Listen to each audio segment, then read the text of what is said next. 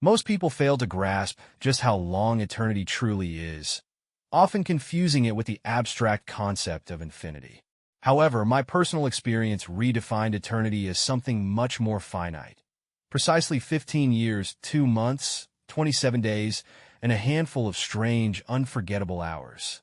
It ended exactly as it had begun, with Rebecca locking eyes with her partner and sharing a deeply passionate kiss.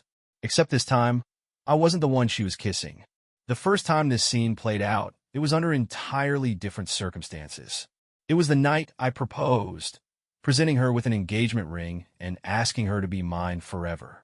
But on this night, years later, I sat as an unnoticed bystander in a restaurant an hour away from home, watching Rebecca share that same intimate kiss with a new lover. The details of how I ended up in that particular restaurant don't matter. What stood out was the deliberate effort Rebecca had taken to ensure secrecy, choosing a location far enough from our hometown.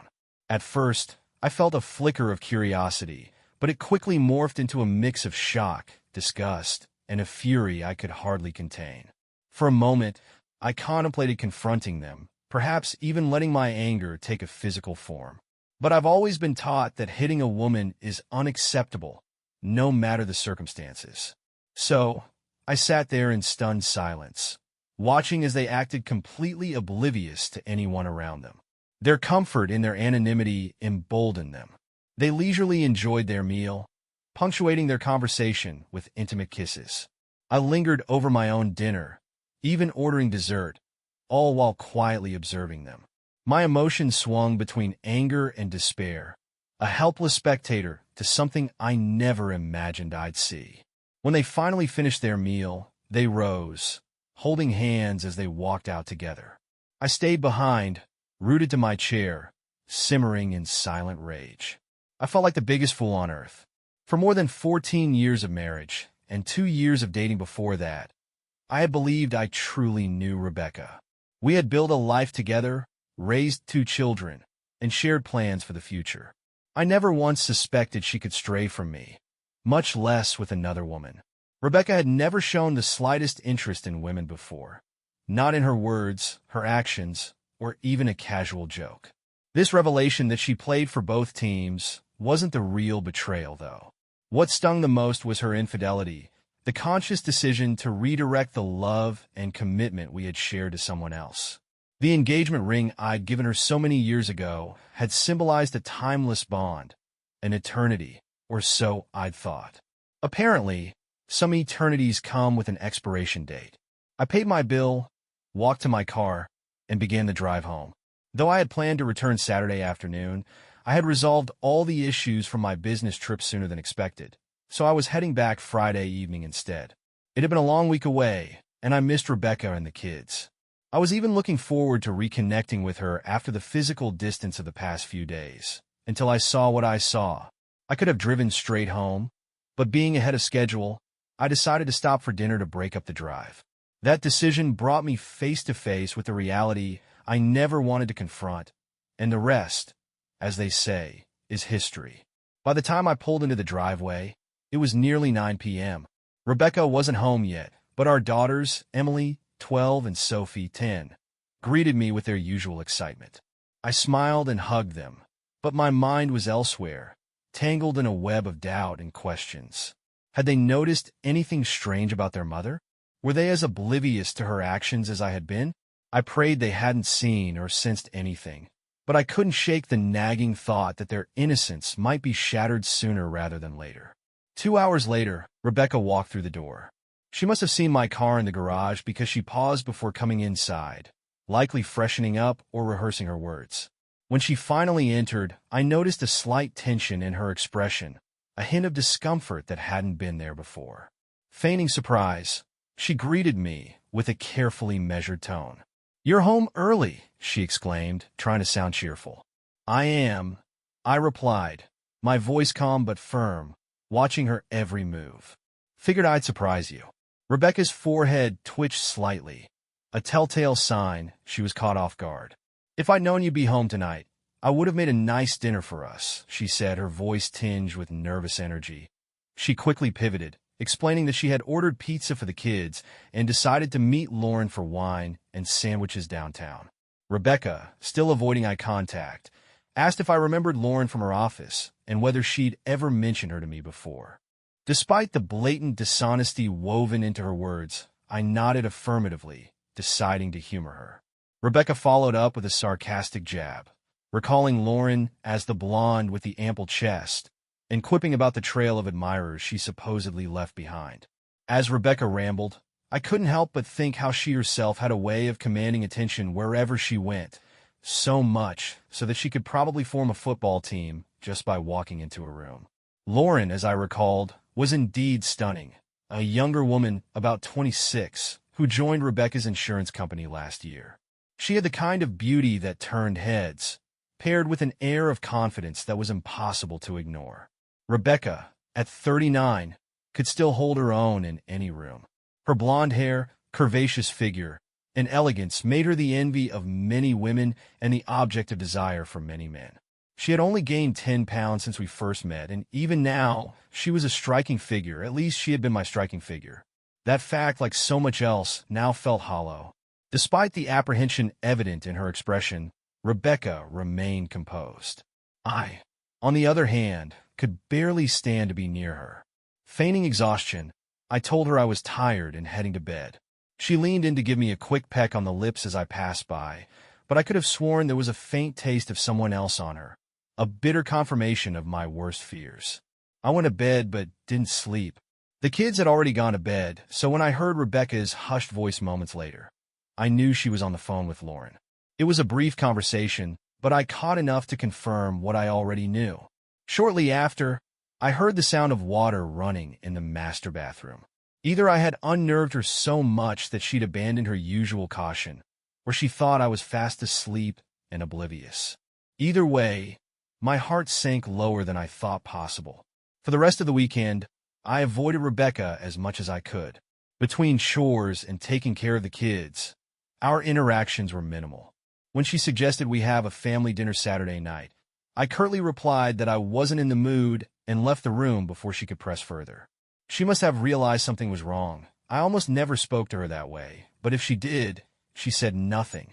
By Monday morning, I knew I needed to take action. At work, I approached my boss, Richard, and asked for a day off to deal with some personal matters. Richard, having experienced a divorce himself 10 years ago, was perceptive enough to sense that something serious was brewing in the Carter family. After approving my request, he handed me a business card, revealing it to be for his divorce lawyer. He looked at me with genuine sympathy, expressing regret for what he assumed had gone wrong. "I'm sorry, Daniel," he said quietly. "I know you must have thought this was forever." "So did I replied, my voice heavy with disappointment. Taking Richard's advice, I scheduled a consultation with the lawyer 2 days later. She was professional but compassionate, offering steady guidance as I explained the situation. She seemed surprised when I declined to hire a private investigator to gather evidence of Rebecca's infidelity. In a no-fault state, evidence like that doesn't hold much weight, she explained. But it could complicate things if visitation becomes a contentious issue. Though she assured me that custody and visitation challenges were unlikely, her words did little to soothe my unease. Being around Rebecca and the girls at home had become unbearable. The tension was palpable, and I suspected the kids had picked up on it, even if they didn't fully understand what was happening. Our once lively household was now marked by an eerie quietness, as though everyone was walking on eggshells. I gave Rebecca countless opportunities to address the situation, to acknowledge what I'd seen and explain herself. But each time, she avoided the chance, pretending as though nothing had changed. My frustration and pain reached a breaking point when, the following week, she was served with divorce papers at work. Call it petty, call it vindictive, but I wanted Rebecca to feel even a fraction of the humiliation and anguish she had inflicted on me. I assumed Rebecca had been served around 11:03 a.m., as my phone began ringing nonstop at 11:05. Ignoring all 15 calls from her and several others from unfamiliar numbers, I suspected she might be using friends' phones in a desperate attempt to reach me. Surprisingly, instead of sinking into despair, I felt an unanticipated surge of energy for the first time since discovering her betrayal with Lauren. In fact, I found myself having a better day than I'd had in weeks. When I arrived home at 5:30, Rebecca's car was already parked in the garage. She wasted no time making her presence known, greeting me with fury as she vented about being served in front of her friends and colleagues.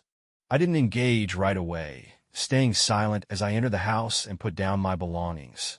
Our daughters, Emily and Sophie, were in the living room watching a movie, blissfully unaware of the storm brewing in the next room. Finally, I turned to Rebecca and, with deliberate calm, told her I'd made sure she was served alongside her mistress, for her own comfort, of course. Her anger vanished in an instant, replaced by tears. Without missing a beat, I asked her directly, "How long has it been going on? And when were you planning to tell me?" Rebecca hesitated before admitting it had been about 6 months. She claimed she and Lauren were planning to tell me soon. In less than 30 seconds, her defiance crumbled. She stumbled to the kitchen table and sank into a chair, defeated. I walked to the drinks cabinet, poured myself a double of Buffalo Trace bourbon, and sat across from her. My expression must have been lethal because, for the first time, she couldn't meet my gaze. Breaking the silence, I asked how I could have been blind to this side of her for all these years. Rebecca confessed that she had only recently discovered it about herself, insisting it wasn't premeditated, it just happened.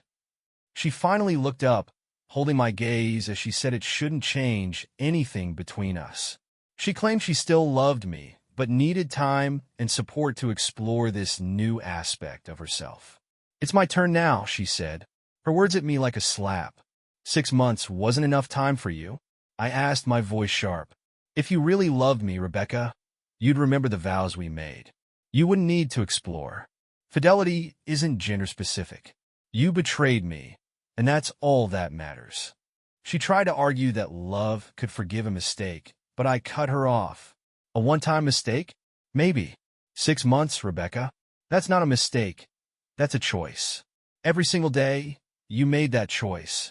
Don't tell me love gives you a free pass to rip my heart out and jeopardize our family." Rebecca countered, claiming it had everything to do with her attraction to women and calling me a complainer. That was the final straw. "No," I shot back, my voice rising. "It has nothing to do with gender. It has everything to do with you being selfish. You've turned into garbage before my eyes." She bristled at the insult, but didn't deny it. Instead, she accused me of overreacting, saying she still loved me.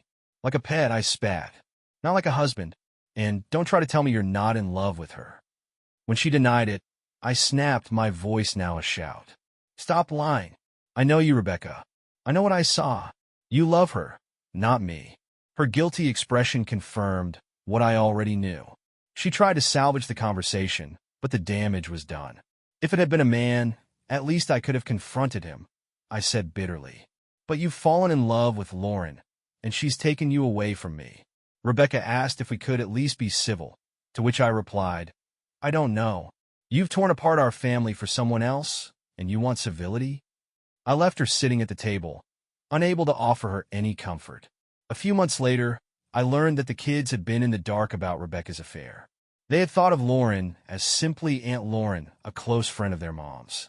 They had occasionally seen Rebecca and Lauren share quick kisses or subtle touches, but, being young, didn't perceive anything inappropriate since Lauren wasn't a man.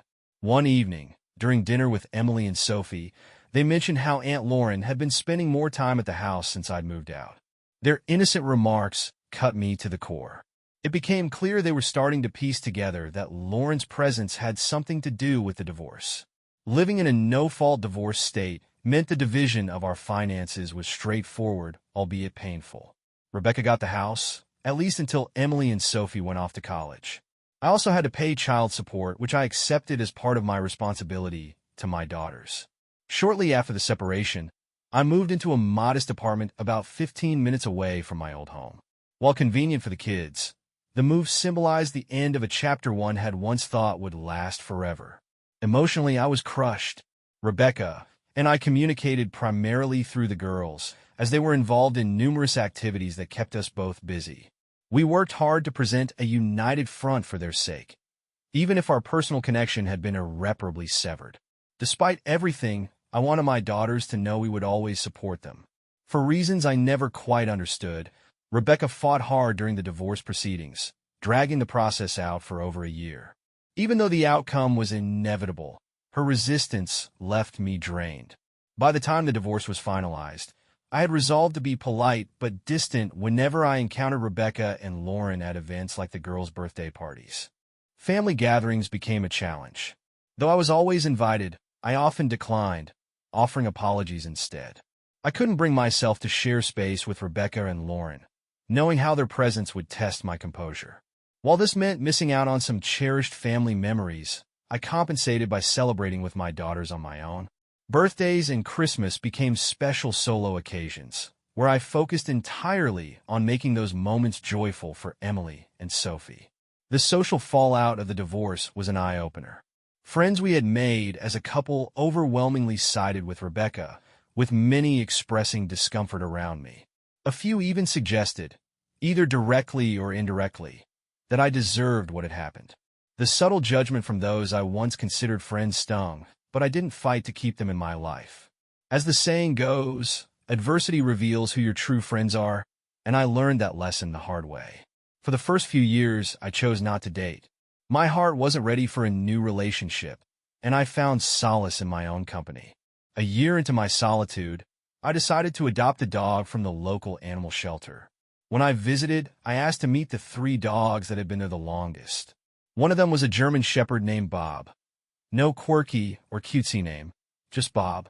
He had been at the shelter since he was a puppy, repeatedly overlooked and eventually growing quiet and withdrawn. His sad eyes struck a chord with me. We were both rejects, and in that moment, I knew we belonged together.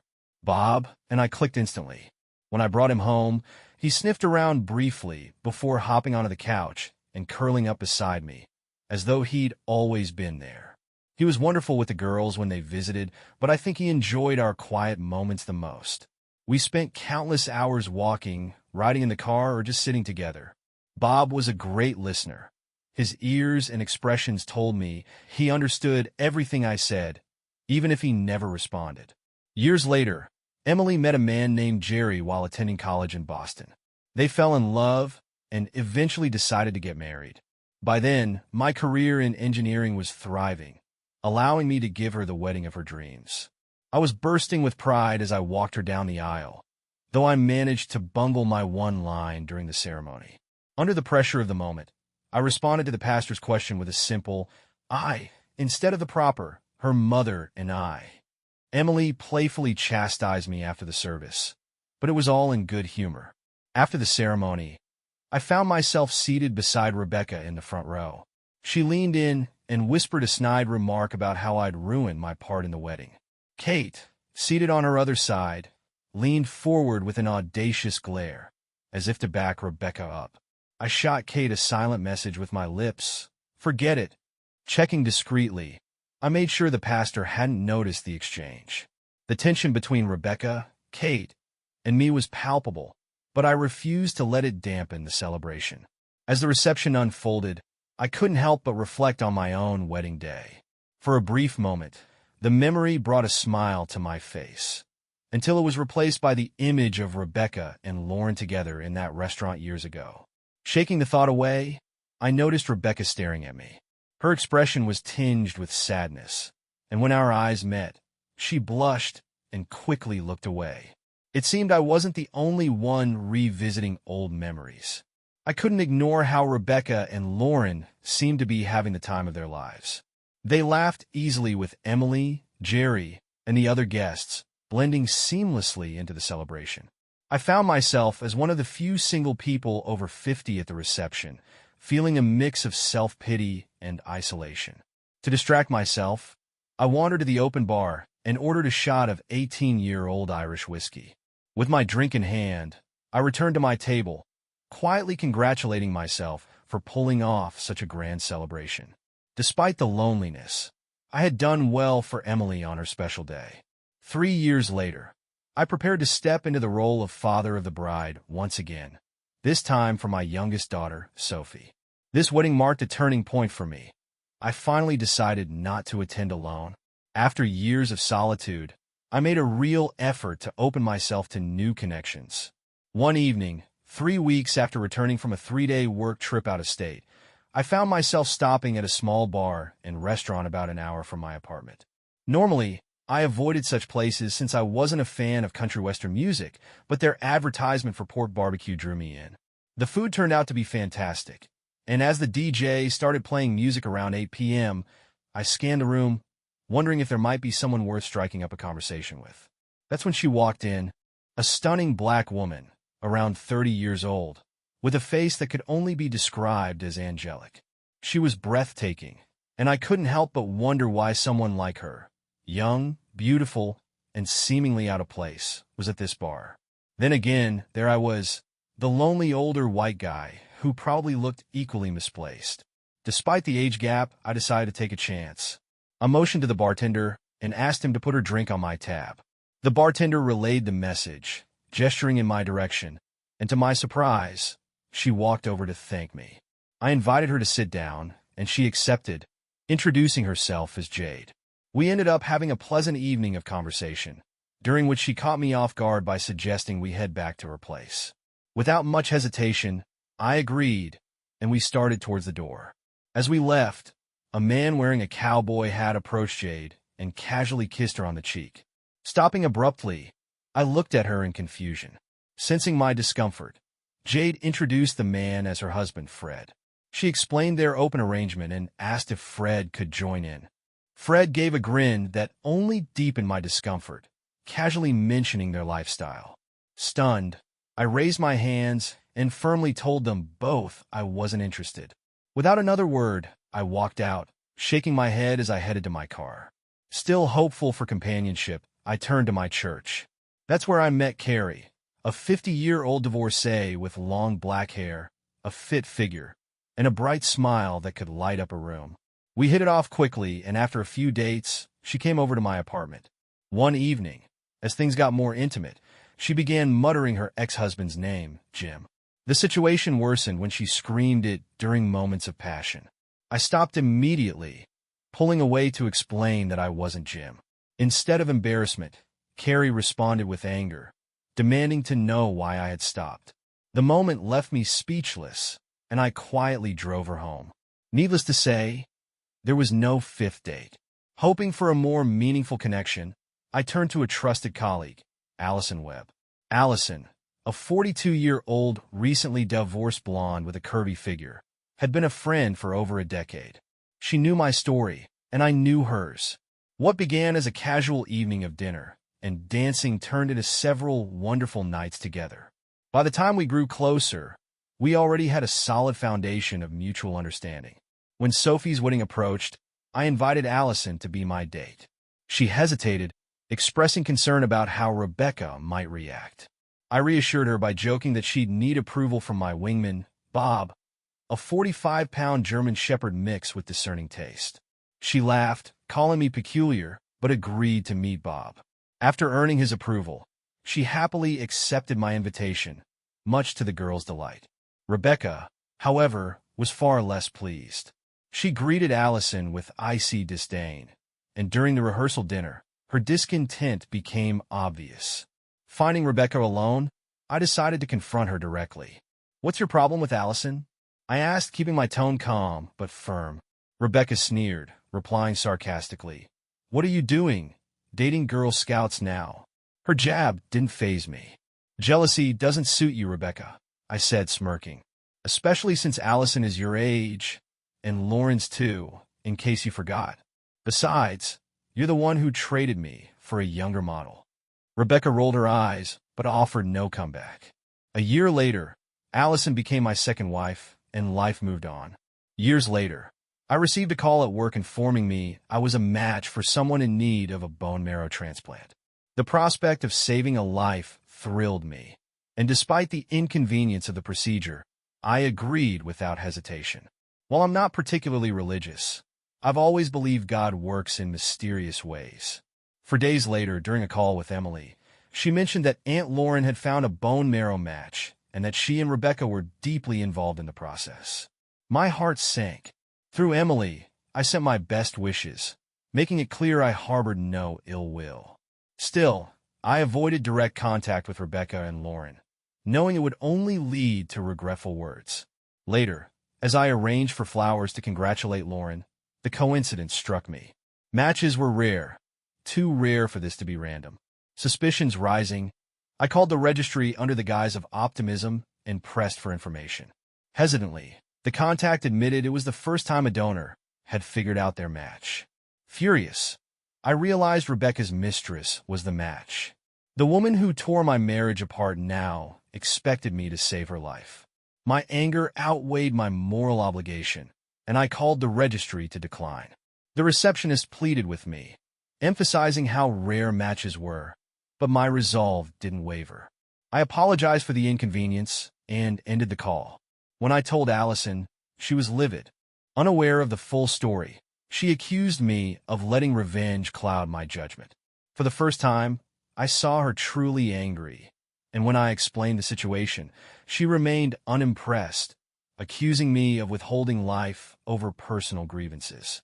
I assured her it wasn't about revenge, but the bitterness lingered, emphasizing how much effort I had made to detach myself from Rebecca and Lauren. I told Allison that their betrayal had left scars I couldn't ignore. When she questioned whether Rebecca and Lauren even knew about my potential role as the donor, I assured her that everything had been conducted anonymously. My discovery had been sheer coincidence, and they were completely unaware of my involvement. As I explained this, Allison's stern expression softened slightly. She argued that I couldn't deny someone the chance at life, no matter what had happened in the past. "You're too good a man to carry this kind of grudge," she whispered. "The guilt will eat away at you if you don't help." I shook my head, disagreeing. "I won't feel guilty, Allison. They shattered my trust and my heart. They'll never even know it was me who refused. They won't miss what they don't realize was within reach." Allison, however, was unconvinced. "But they'll lose the hope they've been clinging to," she replied, her voice heavy with concern. "Do you really want to be the one to extinguish that for them?" Our disagreement lingered, and it was as though a rift had begun forming between us. The differences in our values became glaringly apparent, surfacing in almost every discussion. One day, she questioned how I could reconcile this with my faith. "What about your Christian charity?" she asked, frustration clear in her voice. "Does Christian charity mean handing your heart back to someone who already ripped it apart?"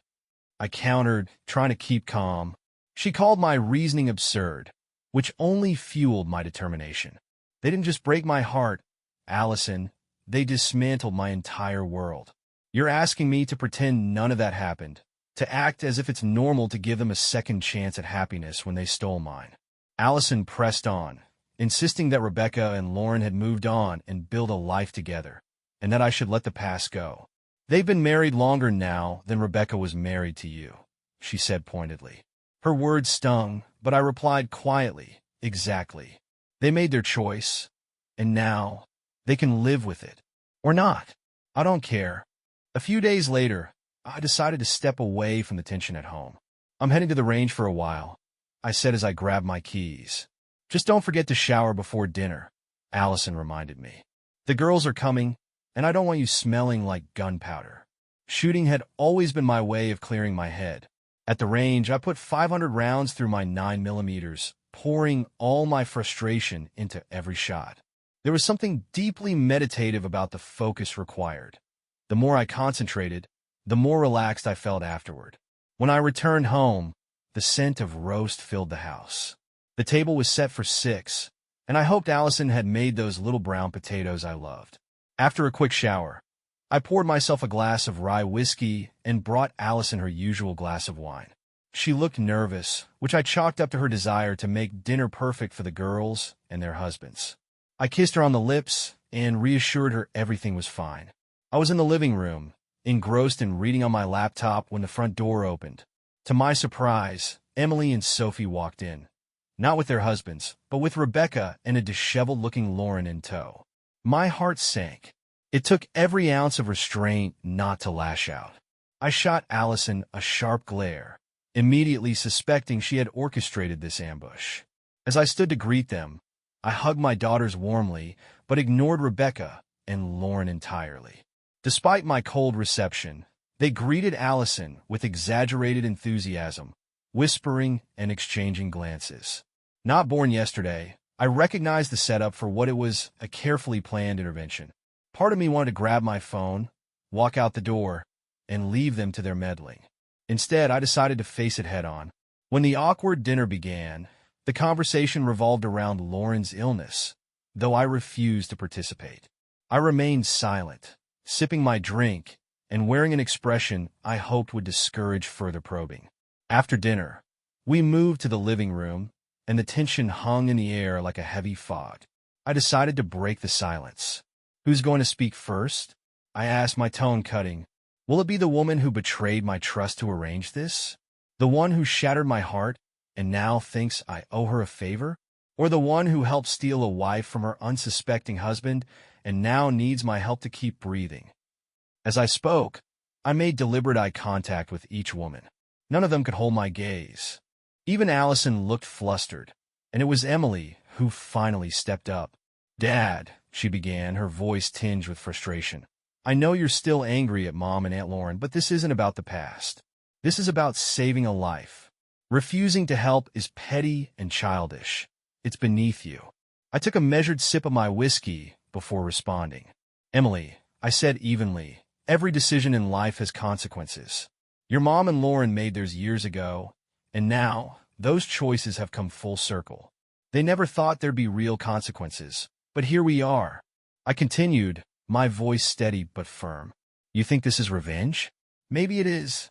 Or maybe it's about reclaiming my dignity. Dignity I lost when they tore my life apart. Let me ask you this. Would you be so quick to defend Lauren if her name were Carl, and he was a 200-pound man who stole your mother from me?" Somehow I doubt it. Looking around the room, I noticed no one could meet my gaze. It doesn't matter to me that Lauren is a woman. To me, she's just a wife-stealing coward. Silence fell over the room as my words hung in the air, and I could see the discomfort etched on everyone's faces. At last, I felt like I had taken back some control over the narrative and my life. Kate was well aware that what she was asking of me was wrong.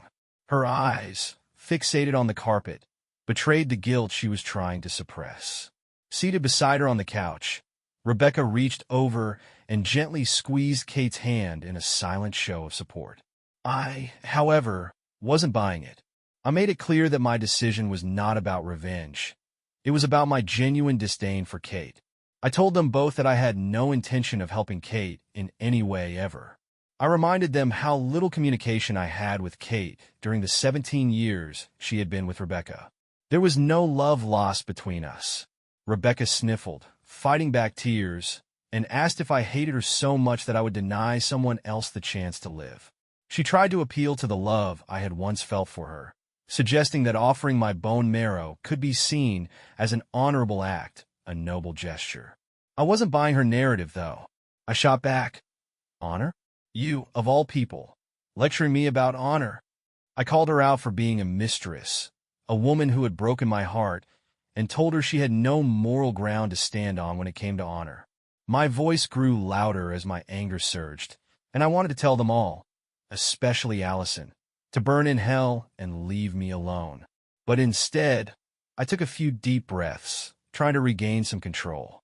Apparently, Allison wasn't satisfied with the level of anger I was showing. In her calmest tone, she quietly told me that I was a good man who always did the right thing. "You're retreating from what's right," she said. "You'll never live with yourself if you don't help." I couldn't believe it. She thought I could simply erase everything that had happened and be the bigger person. Lisa, hearing the tension, chimed in. "You always told Ariel and me to do the right thing, no matter how hard it seems," she pointed out. Acknowledging her point, I responded, "This is the right decision for me. I can't live with any regrets, not after everything they've done to me." Then, Kate, overwhelmed with emotion, blurted out, "Please don't let me die. I know I hurt you, but you're my only chance. Please help me." Her words hung in the air like a heavy weight. I could see the desperation in her eyes, those haunted, pleading eyes. I could feel the gravity of her situation, but it didn't change my decision. I looked deep in her eyes and simply said, No, that was all I could muster. I didn't offer an apology because, frankly, I wasn't sorry. I had nothing left to give her. Kate took my refusal better than Rebecca did. As soon as I spoke, Rebecca dissolved into tears. Allison, caught in the whirlwind of emotions, rushed to comfort both of them, whispering, "I'll try. I'll talk to him." Little did she realize, in that moment, she was jeopardizing our marriage. My trust in her had been shattered, and I would need to think long and hard about whether that gap could ever be bridged. I grabbed my car keys and walked out the door. As I left, I heard the sound of 5 women crying behind me, but I didn't look back. I didn't return home for 3 days. During that time, I ignored every phone call from Allison and my daughters. When I did finally return, the house was dark.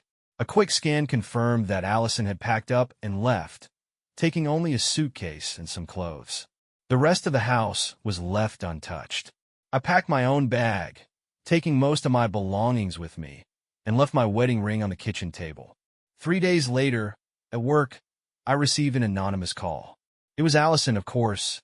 She was incredulous, asking how our relationship could end over something like this. "You're going to throw it all away because of this?" she asked. I calmly responded that, while I had never expected her to betray me like this, I was not going to let her, or Kate, dictate my choices. I referenced a biblical quote, "Vengeance is mine, says the Lord," and explained that I was holding on to my integrity. I also told her, plainly, "You really suck." My refusal to help Kate wasn't a matter of revenge. It was about standing up for myself. It was about reclaiming some dignity in a situation where I had lost so much.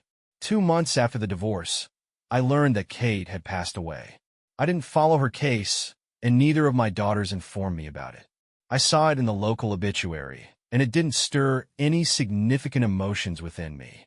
The estrangement between my daughters and me was deep, but my decision to refuse donating bone marrow to Kate was one I would not regret.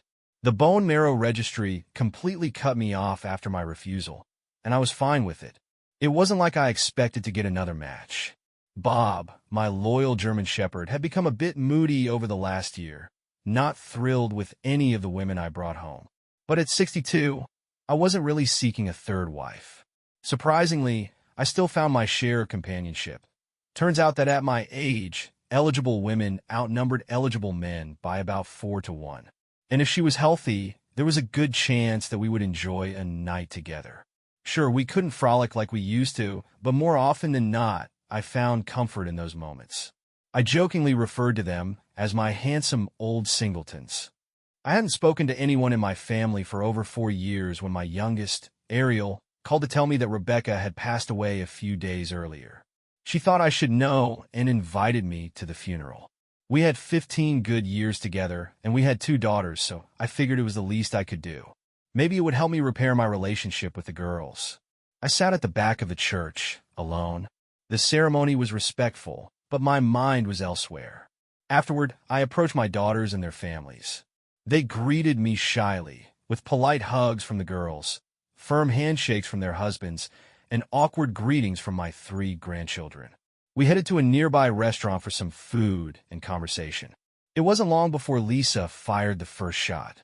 "Why did Aunt Kate have to die?" she asked, her voice sharp. I responded calmly, noting how little had changed in our conversations over the years. "I'll call it as I see it," I said. "Kate was a thief. She stole your mother from me, and that's how it will always be." I quickly shifted the conversation, bringing up a young man at the bar and suggesting a hypothetical scenario where he kissed Lisa. Jerry, without hesitation, said he would damage him. I pointed out, with a touch of dark humor, that Jerry wouldn't have to worry about donating bone marrow if that happened. "In that case, the man would already be dead," I remarked. I continued, explaining that I had not saved Kate's life, partly because she was a woman, though that might have been a mistake. "But you see," I said, "I didn't save the man who took my wife. I didn't save the one who stole her love. That's why I couldn't help her." Jerry nodded slowly, the realization dawning on him.